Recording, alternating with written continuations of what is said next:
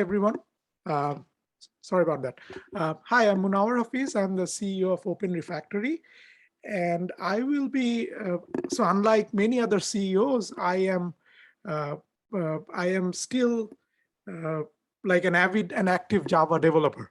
And one of the things I've been experienced enough and old enough to have seen in real time, the trajectory that Java has taken as a language and has cemented itself in its position in several critical software development areas, specifically enterprise software development, and critical areas like fintech and banking and financial applications, basically applications that keep your data safe.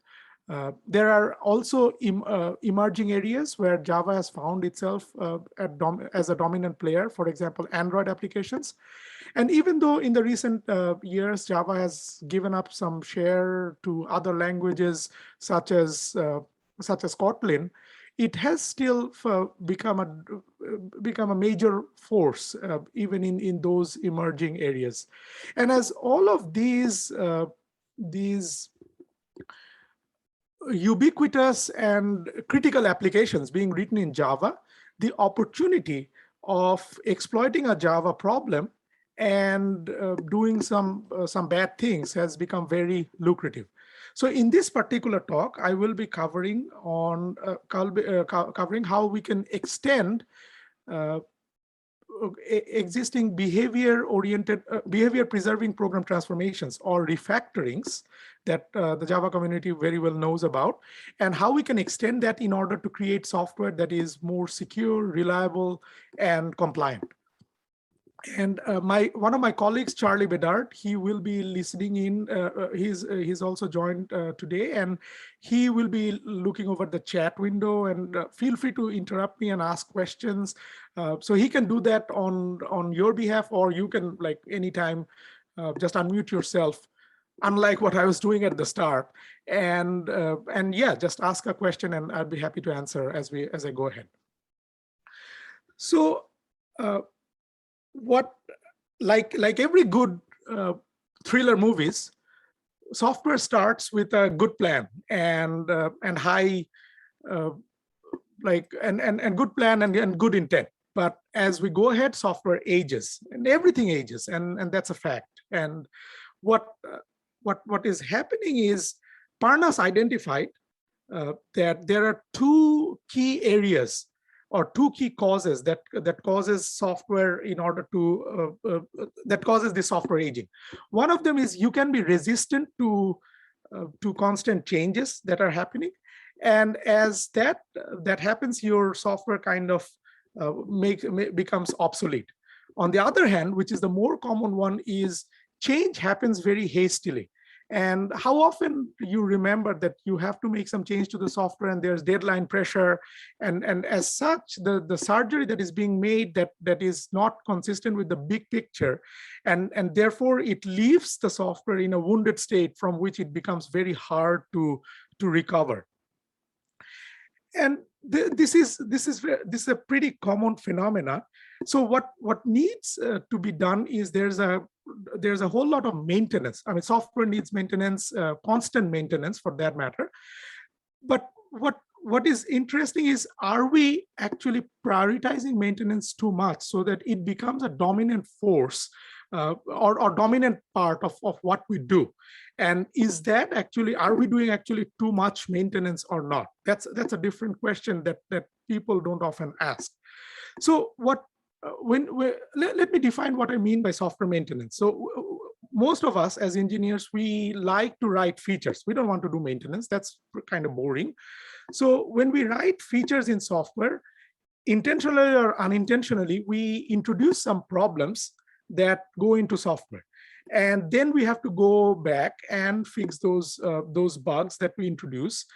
And what that does is, because of the way we are introducing these bugs and we are fixing these bugs dominate the narrative of software maintenance, so software maintenance is kind of become synonymous with ideas like bug fixing, or bug detection and those kind of things. But maintenance should really be an uplifting effort, as in improving your software to get some better quality adjective being added to that. So the problem there is that we do maintenance 80% of the time. That's what the industry data tells us. And yet we see software age under the palm of our hands.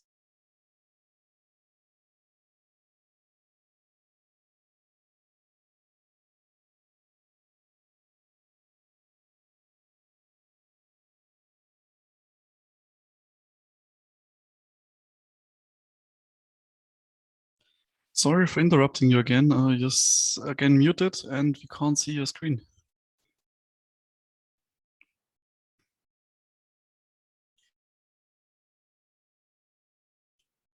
You're still muted, Munawar.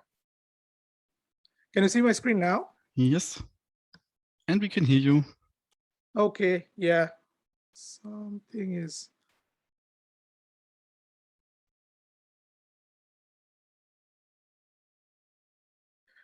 So software developers are human beings, and we make mistakes as we write code. And even the best of us do that.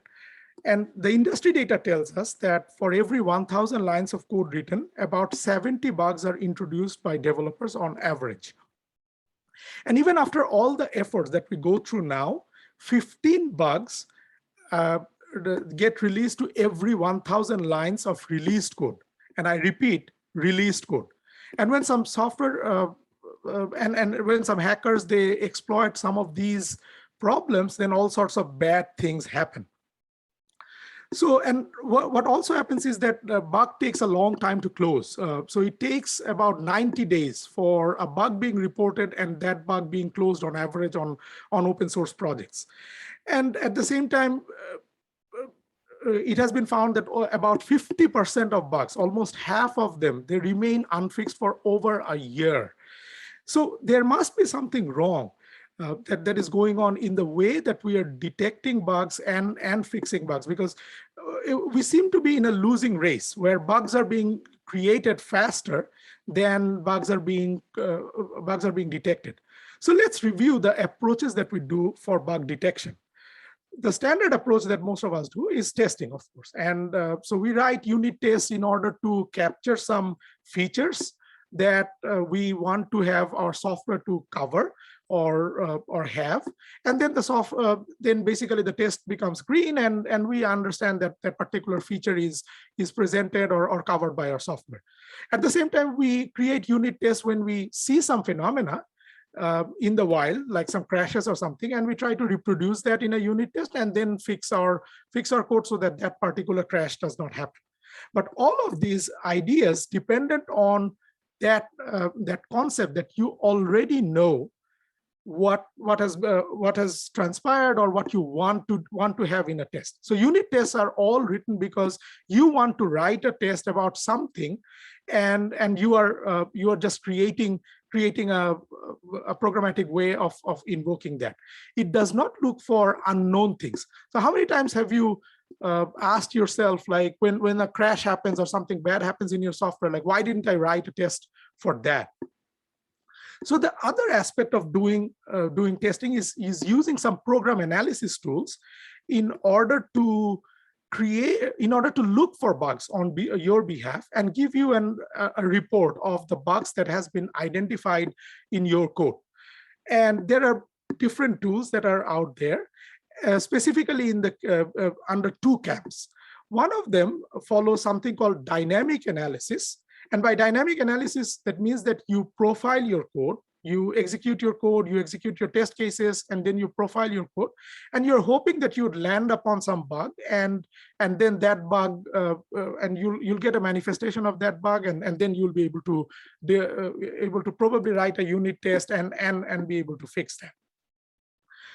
What that does is it is still dependent on your execution path and your luck, that a particular problem that you wanted to look for, it is found in the actual program run, and therefore you have a trace for that particular failure. So the good thing about dynamic analysis is that whenever it finds a bug for you, it is real and it is an actual bug, and you should fix that. But then they can be few and far between. It depends on how you are running your tests, or basically what you are running, and a lot of luck in order for you to find bugs effectively. The other camp is based on static analysis, where you do not run your program, but you basically create a mathematical model of your program. And from that mathematical model, you create an understanding of your code, and you reason about your code. And from that reasoning, you find bugs. So you basically look into your program. Now you are not following a particular path that dynamic analysis was taking, but you're creating a model based on all paths, or all possible paths that the program can take. Of course, with like as much as computation permits, because you cannot really follow all paths. That's just not possible. So you create a mathematical model on the different paths of the program that can be taken, and based on that you reason, and the deep computation gives you an idea of the bugs. The problem there is that because the computation is intractable, you have to bail out at some point, and wherever you bail out has an impact on the outcome of the result. So the bug that you can identify, or has been identified by you, could be a false positive. It may be a bug that is actually not.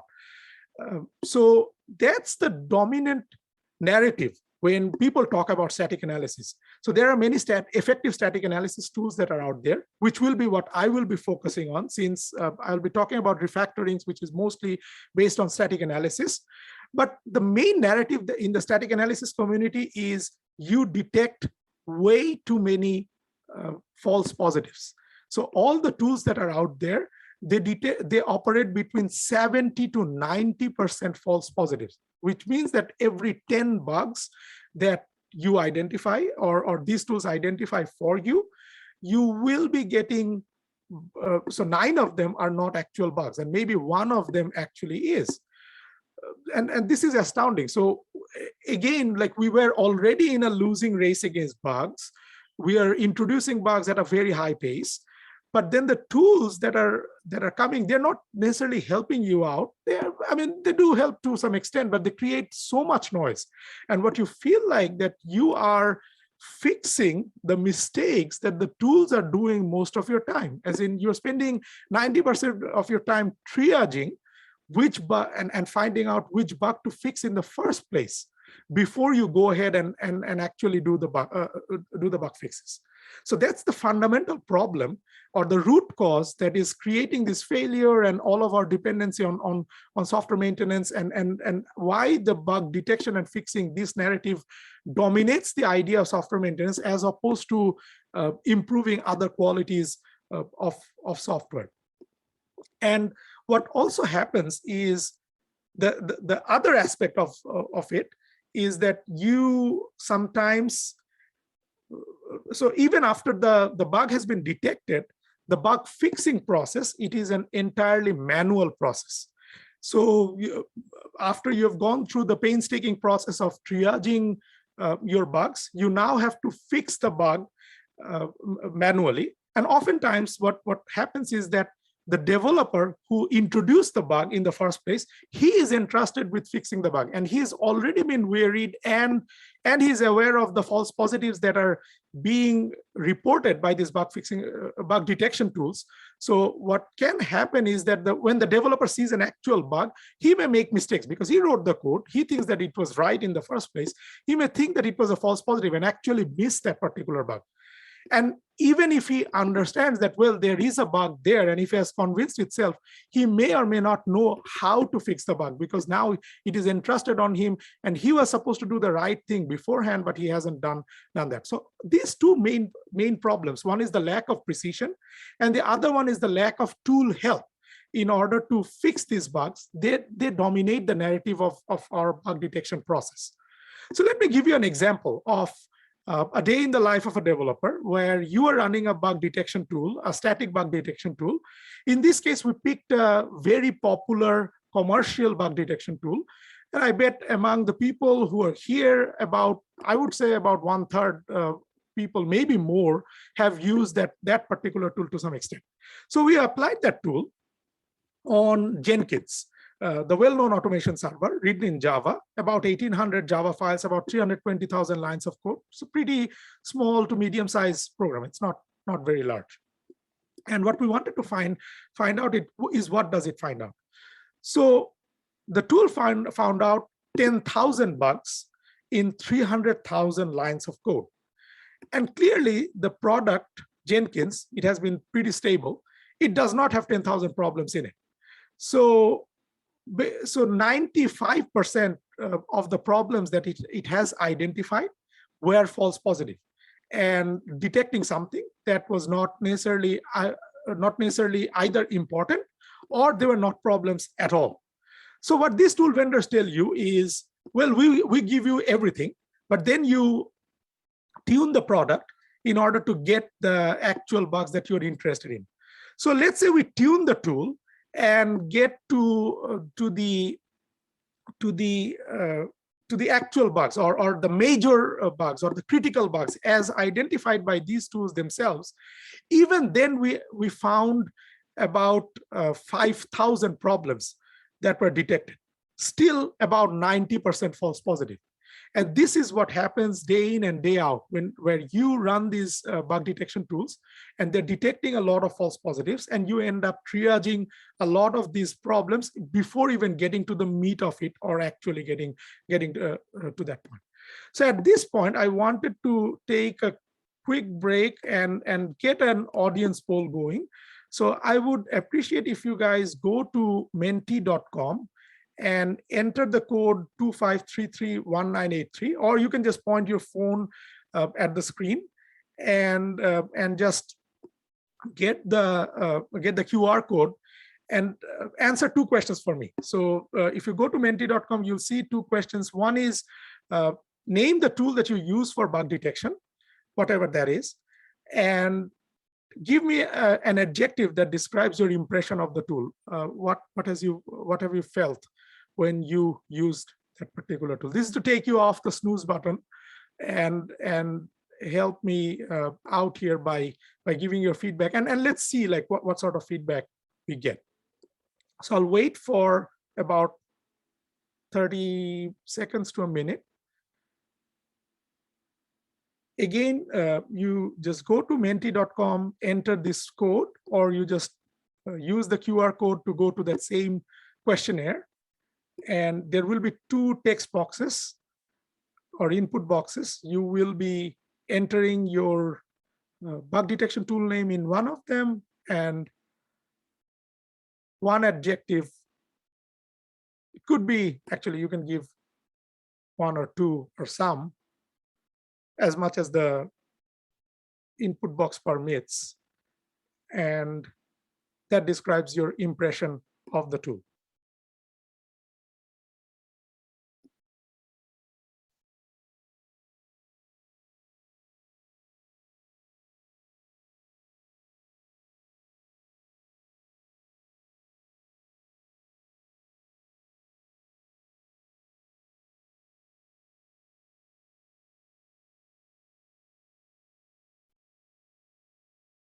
Okay, I see some votes coming in. Thanks a lot for participating. So I see people use different kinds of tools. SonarQube has been mentioned a few times, Fortify, Find Bugs. These are the popular tools in the Java space. And there's good, but then there's complex, noisy, not very much good hits, etc.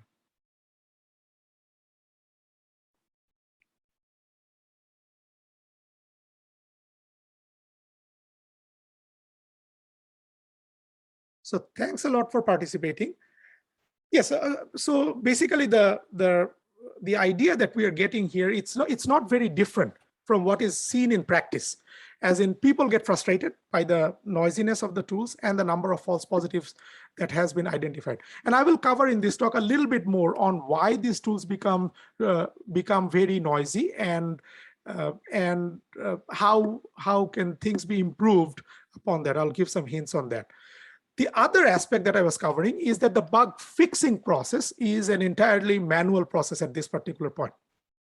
And what I will be covering in a majority of time in the talk is the idea of refactoring. So we are very much familiar with the idea of refactoring. In fact, refactoring has been presented in the Java IDEs ever since it was probably one of the first modern languages that picked up refactorings in the first place.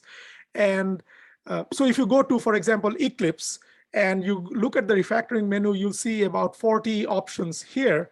Whereas if you go to similar refactoring menus in other languages, even like big languages like C or C++, you'll see about only 4 or 5, and even those are kind of broken.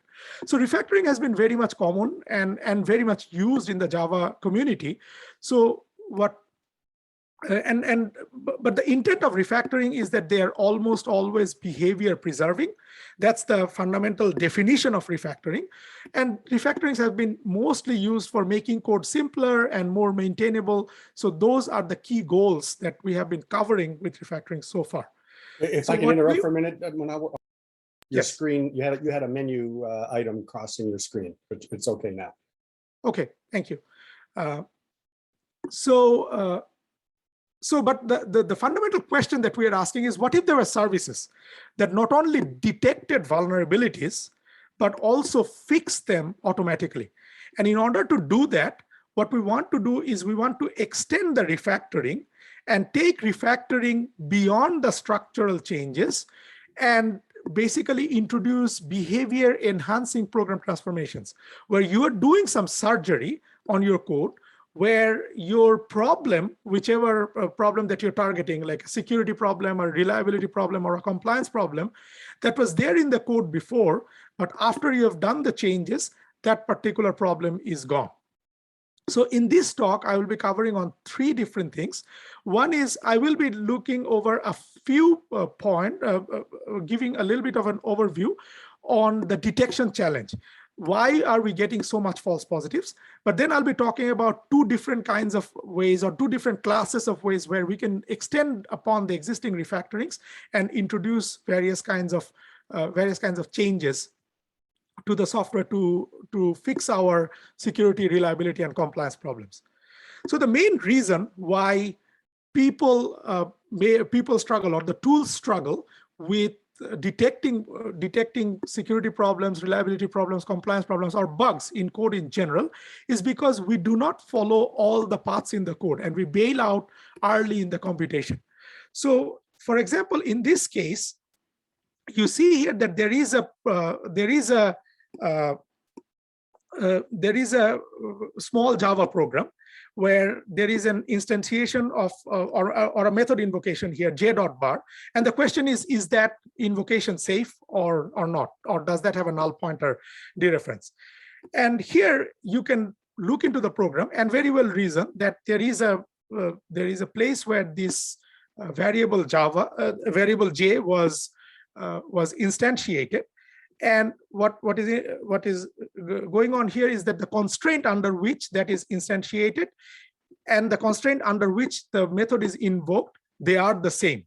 And therefore, what is happening here is that you are not, so you are guaranteed that the variable j is initialized at the time when this thing is invoked. So in this case, it is very easy for you to identify, but it quickly gets complex.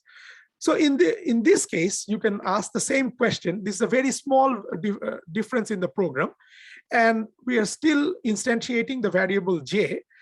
But in this case, the j.bar is unsafe, and the reason here is that the constraint under which it was instantiated is completely opposite to the constraint under which it was invoked. So therefore, when we invoke j.bar, we understand, or we can reason that j was not initialized, and therefore it would be a null pointer dereference. So this is also pretty easy for us to detect, because you can look into the constraints and you understand that one of them is a polar opposite of the other. and then you can reason around that. But then it doesn't become very easy when you go here. Again, the same program, same method invocation. This will also be safe and will be covered by the instantiation of the variable j.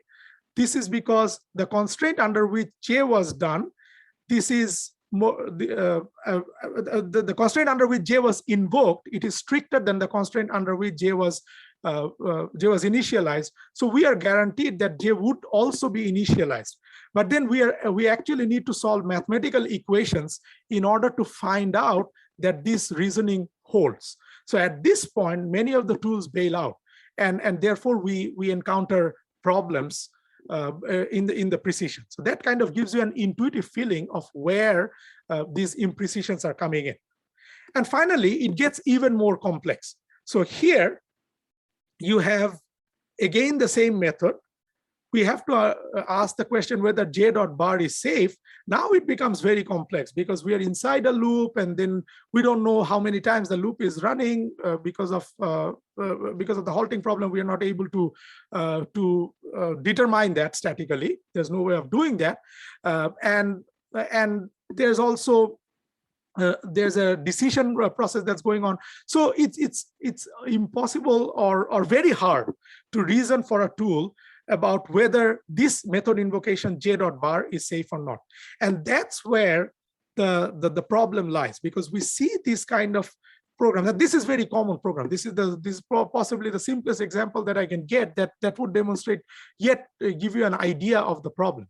So the challenge of the static analysis tools is to do deep computation so that you can cover these paths in the code and be able to reason for that. So that's one of the aspects where many of the tools bail out, many of the popular tools bail out, and therefore you're not able to identify the problems in the first place. The other problem that comes out is coming from the places where this kind of relationship in code is also not obvious. So Java uses a lot of frameworks. Even a quick look at the Java frameworks. I mean, you have probably seen, been in many talks in this particular conference, and you have seen these kind of slides where you just like have a bunch of logos thrown at you, and all of those are apparently popular frameworks that somebody is using, or quite a lot of community is using. So these frameworks are very common. And what these frameworks does is, because of the inversion of control, well, they hide a lot of information behind you, and they do various kinds of stuff. So for example, in Spring or Spring Boot framework, through the Spring annotations or XML file data, what you are providing is ideas where you have dependency injections. You have these ideas of beans, and the dependencies would be injected in place, but then there is no actual control flow or actual call graph in the program that demonstrates that particular flow. And what happens is, when people write these kind of tools or the bug detection tools in order to cover for these frameworks, sometimes they end up hard coding these things. And it's okay to hard code for one particular frameworks, maybe 2 or 3 of the popular ones, but how do you generalize that? And because it is very hard to generalize that and teach a tool in order to understand the latent or implicit control flow or data flow that is happening inside the program, then you're not able to do the analysis correctly, and that also contributes to the false positive that are being done. So I will give a very short and small example. This is not even a framework. This is part of the Java library, where the very well-known thread class, where in the thread class, like, so here's a very small example where we have a method foo that is calling a thread, and it is starting a thread, and then that thread is running. We are wondering here, there is a variable global.s in this particular case. Is this safe or not? Or is this, again, is there a null pointer dereference there or not? And in this case, global.s was initialized above in the method foo. And then when we were actually calling demo.start, the actual method that was invoked was demo.run. So if we can have that entire control flow or call graph flow in front of us, or the tool knows about it, it can safely reason. And therefore, it will not be generating a false positive. Whereas in the absence of this particular information, you may end up having a false positive in your code. So these are the reasons, and all of these frameworks and the ubiquitous nature of frameworks in Java, the problem gets more complex. So the tools are more and more missing the mark, and not be because they're not able to do the deep computation, and they're not able to support the frameworks that are emergent out there. So now let me cover on the other aspect, how do we fix some of these problems? So some of these fixes I have categorized. So these fixes I'm categorizing under two aspects, or two broad categories. One of them I'm calling structural changes. So what do I mean by structural changes? Structural changes mean that when you are actually make a change to the code, you can determine the change without a lot of computation, just by looking at the abstract syntax tree structure of the code. And then you are able to provide some changes that is also small, not necessarily very large. But what these structural changes would do is they would take care of some security problems or some reliability or compliance problems. So let me give an example by doing a very small change that is not necessarily a refactoring, but basically there is a CERT secure coding standard under OBJ01J that says that you should limit the visibility of public fields. And this is a compliance thing that many of the companies want to enforce, that your fields should not be public. And more importantly, even if they're public, they should not be accessed, like read or written directly from outside a particular class. And there are many ways of doing or invoking this particular change. So here is an example in Jenkins, the program that I was talking about. And when you run on Jenkins, for example, here, there is this class CLI command that uses a variable called locale that is public. And then that particular variable locale is accessed in some other class, in this case CLI register, where we are creating an anonymous class, and basically in that particular class we have to so we are accessing that, and clonable CLI command, in this case extend CLI command, so there is a relationship to that. So in this particular case, the public access should be I mean, you can argue that the public access could be allowed here, but maybe some other places in the code in Jenkins that is also accessing the variable locale and making some changes to it directly. So in this case, what you can do is you can just make that public protected, which is sufficient enough in this case, and then you are kind of safe. You are still able to access that because you are just accessing that from a subclass. But if you are doing it from some other class, you have to then introduce some getter and setter methods and using those getter and setter methods to access the thing. So this is pretty structural. You can reason just by looking at the access modifier that the variable is declared in and how this variable is used. But then it quickly gets complex. It's not actually that simple or as simple as you think. It quickly gets complex because you can look into collections, you can look into whether the collection is final or not, and there can be different ways that you can take in order to like, for example, how do you expose collections and not just atomic data fields. This kind of stuff or these kind of things make this even small surgery pretty complex.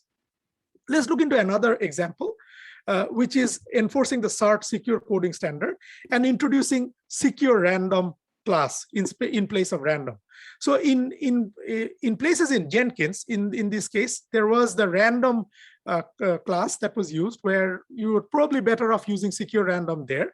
And in other places of Jenkins, they're using secure random, but they're doing it incorrectly because they're using a seed in secure random, which is very much following what you should do with random, but actually setting a seed in a secure random makes it weaker or making the random algorithm weaker. So in this case, you can, in the first place, you can replace the random with secure random and also modify all the places where it is accessed. In the other case, you can actually remove that seed which was introduced, and that is the exact surgery to do. So by making these small surgeries, you can make your code more compliant, or in this case, more secure or more reliable, because it will be generating the random data truly random. So then the other class of refactorings are or extensions that you can do. They go beyond structural changes. They're much more complex. Complex in the sense that in order to do those kind of changes, you have to reason much more about the code, and you have to look into complex data flow. You have to do whole program analysis in order to do that. So an example is finding and fixing SQL injection in your code. So here's a very simple code that has SQL injection attack, because you have you're doing a SQL query and you are getting some input that is coming from name, which is coming from a command line data. A pretty simple SQL injection case. So the way, in order to fix this problem, the recommended way is to use prepared statement. So imagine a tool that is going to look into this and modify this code so that you introduce a prepared statement in your code, and the prepared statement will be created correctly. So you have to understand where the input was coming from, how that input is formulated into the prepared statement or the SQL query, and formulate the SQL query correctly in order to do that. So doing that, this whole task using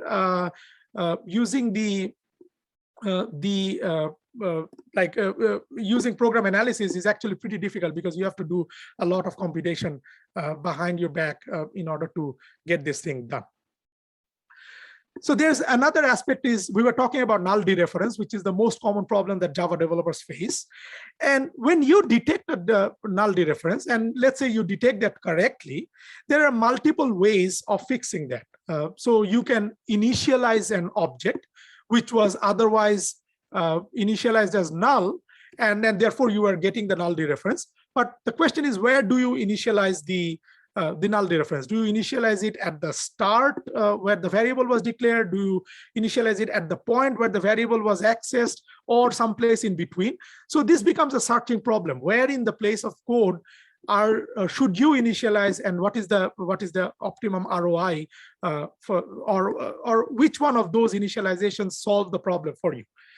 There's the other aspect where you can skip some part of the statement. So you were having, let's say, a.foo, and a was null. So you can always cover it with if a not equal to null, which means that you are skipping the statement.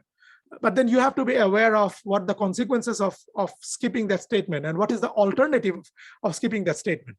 And you are especially, you are forced to provide an alternative when you're skipping a return statement. So if you're giving a return, there should be a default return that you also have to introduce when you are introducing or basically creating a block to prevent the null pointer dereference around a return statement.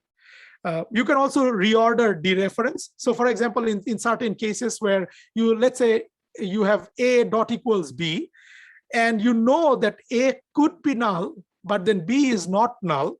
So you can swap the order. You can just say b dot equals a, and that will take care of your null dereference problem in that particular case. And you'd still not be modifying the original intent of the code, because if a was null, it would still be false in the first place. So there are multiple strategies, but which one you employ and which one provides the correct fix? So there's a lot of, so underlyingly, if there's a tool like that is available, that would have to do a lot of computation in order to figure out what is the optimum way of fixing this particular problem.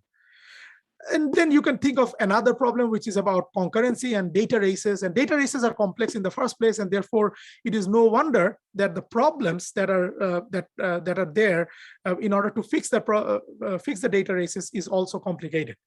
And so you can introduce a synchronized block, but where do you introduce the synchronized block? Do you do it around the place where you access a data, or you do it at the method level, or you do it at the call site of the method, or you introduce a volatile field, or take a different route altogether?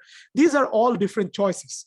And a program analysis tool that can introduce these kind of changes have to do all sorts of reasoning in order to find these problems and fix these problems for you. So what has been, what I want to cover is this automated fixing is really the future. And in our company, Open Refactory, we're introducing a product, Intelligent Code Repair, that is introducing these fixers, or many of these fixers that I've been talking about. And we are using deep static analysis, machine learning, and code refactoring in order to enable these kind of surgeries or fixers in your code. And imagine that each of these fixers, they're looking into a specific problem in your code and be able to come up with a solution that you can also readily apply to your source code so that that problem is gone. So going back at that original test that we were doing, so we applied a very well-known tool on Jenkins, which is the automation server. And on Jenkins, we were identifying about 5,000 bugs, even the major bugs, 95% of false positives. When we applied ICR on Jenkins, we identified 222 bugs, and we reported real bugs in 80% of the cases. So there were false positives, but much 5 times lower, or 4 or 5 times lower than what the other tools were doing. And out of 222, the overall number is very low. So we identified about only 30 false positives. And we were able to generate fixes of about 42% of them. So about almost half of the problems that we identified, we were also able to generate a particular fix for that. So the interesting thing here is, even for Jenkins, which is very well known and very well established, you'd still find bugs that are unfixed. And some of these bugs could be exploited, not necessarily like a security vulnerability exploit, but this could cause reliability problems in your code as you're using that. And it is not unknown that Jenkins sometimes crashes, and some of these bugs, if you're fixing that, would be able to take care of those crashes. And then because we are also providing automatic fixes for a majority of for some of them, and we'll be improving our fix rate as we go ahead, it will be able to allow us to be very productive. So we want a world of software that we can trust. And basically what we want to do is we want to enable you to do your release. We want to operate at optimum release velocity. And what having a power tool like this that does not slow you down by providing false positive, and also help you by providing some of these fixes or aiding you in the bug fixing process, we would be able able to de-risk this velocity that you want to operate with, and that would improve the overall software that we build, and it will create software that all of us can trust. And so that's so I'd like to be happy to take questions at this particular point on what I've covered, or any of the issues that you think I may not have covered. Munawar, I just wanted to mention there was a refinement that was pointed out in the chat having to do with the random seed. I think that was an interesting comment about Matthias Keller mentioned that the seed that's offered supplements rather than replaces existing seed. So there had to do with the repeatability, I think, of the random number generator. Sure, but I mean, yeah, of course. I mean, there are multiple ways of looking at it. What we're doing here is what we are following what the SART coding guideline does, and we are introducing that as part of the compliance standard. And the fixes that we generate, I mean, they're not automatically applied to your code. So the workflow would be that we would suggest fixes like that, or let's say a tool would suggest similar fixes like that, and somebody would be there to verify that. And as the tools, they can be also having learning capabilities. So as people, or as the tool understands that that these kind of fixes are not necessarily needed, it can also tune itself and not be able to generate those kind of fixes. So it depends on understanding or interpreting the specification. But yeah, I mean, of course, there can be other ways of doing that. Thanks a lot for your point.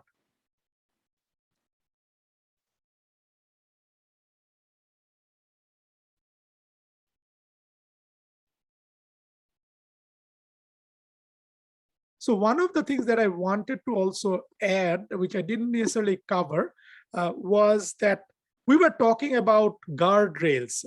So in the problems that we were discussing, all of them are known problems, and we are looking into deviations in the code where possibly that particular problem occurs, and providing a solution there. But there's another aspect of looking at it, which is looking into logical bugs in the first place. So logical bugs means that you may have done a copy-paste error, you may have reasoned badly, and therefore you have introduced some problem in the code that is not necessarily violating anything, but it is actually violating the actual intent that the code was supposed to do. And what we are also looking into right now and integrating with our tool in future is looking into these kind of logical problems in your code. So for example, one example would be, let's say you are supposed to pass two variables. One of them is supposed to represent width of something, and then another one is supposed to represent length of something. And let's say the variable order is width and length, but you for some reason pass length and width. A typical static analysis tool would not be able to find that particular problem because it does not know which variable you were supposed to pass in the first place, because that's considered program logic. But there can be augmentation in the static analysis with AI and ML that we are looking into that can be applied and making those kind of detections in your code and also fixes in your code. There are like exciting places where we can take these refactorings and make our life much better.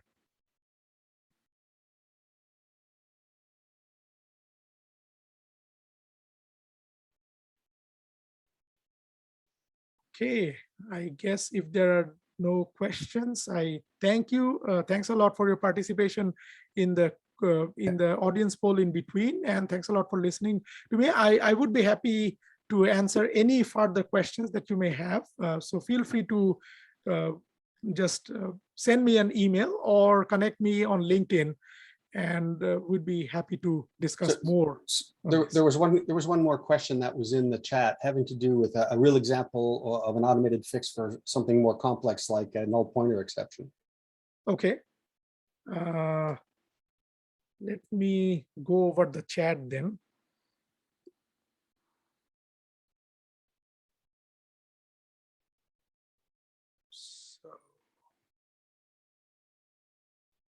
So can you show a real example of an automatic fix for some complex bug, for example, for a potential null pointer exception?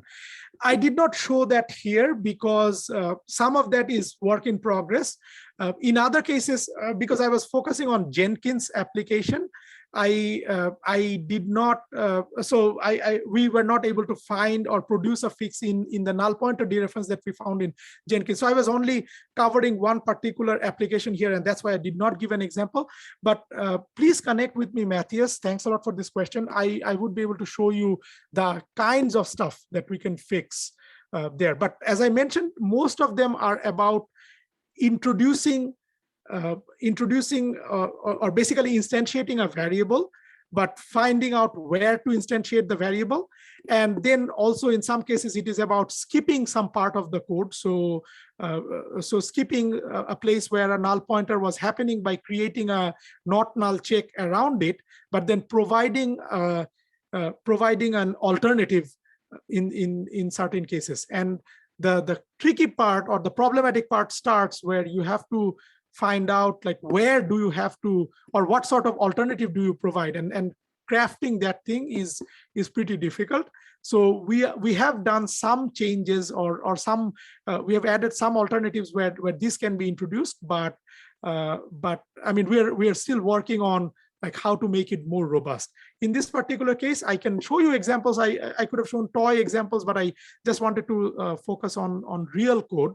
So that's why I did not show an example, but feel free to email me and we can have a discussion afterwards regarding this. Thanks.